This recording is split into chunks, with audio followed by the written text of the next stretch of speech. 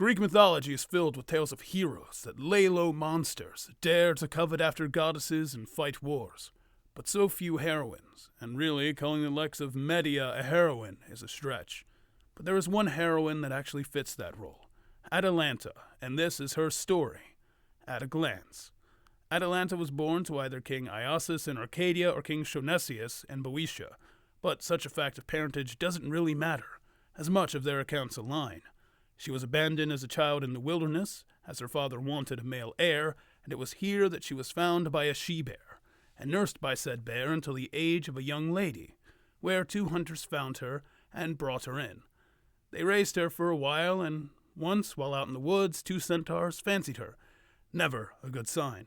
But instead of kicking and screaming and running away, she knocked 2 arrows and felled the 2 centaurs before going on her merry way.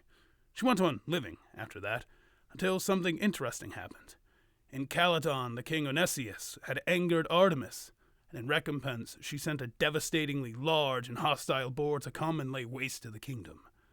Many heroes were called to slay the monster, as was common in what was to be the age of the Argonauts. And hearing of its rampage, Atalanta showed up.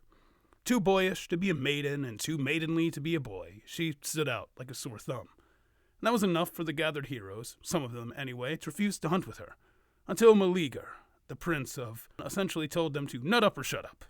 A girl being there shouldn't have mattered. If they were good hunters, they would outdo her. And thus, the heroes begrudgingly tagged along, but stumbling upon the boar, I'm sure they wished they hadn't. The beast scored 2 before any could really see the situation. A third was stabbed in the chest, and the group of hunters were soon the hunted. Atalanta, however, kept steady and focused on the prey and shot an arrow at it. This opened its chest for a spear strike from Meleager, and the hunt was over.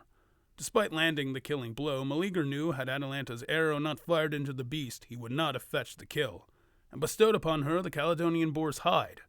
Meleager ends up dying, however, because some of the hunters were sore losers, and tell his mother of a false tragedy, casting the mystical wood he's linked to into the fire and killing him.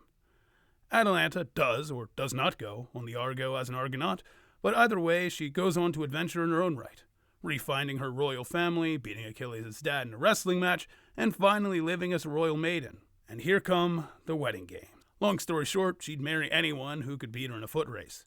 At this point, any hero that could do so fairly was either married or a child, and thus she went on as a maiden with little concern, until charming but certainly outgunned young man, for this sake we'll say Hippomenes, arrived. He wanted to marry her, but knew he couldn't do so fairly, so he stacked the deck, and got 3 apples from the Garden of the Hesperides, a gift from Aphrodite. And as they ran in sequence, he threw them, one by one, whenever Atalanta would make her way back to his side. The 3rd apple was thrown to the side, far, far away, and as Atalanta broke away to chase after it, Hippomenes, gasping for air and winded, made it to the goal. Atalanta strolled up afterward, and she, a woman of her word, found a husband. And they would stay together.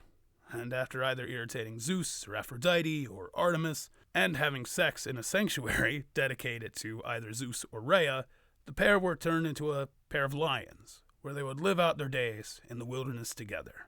And that's Atalanta at a glance.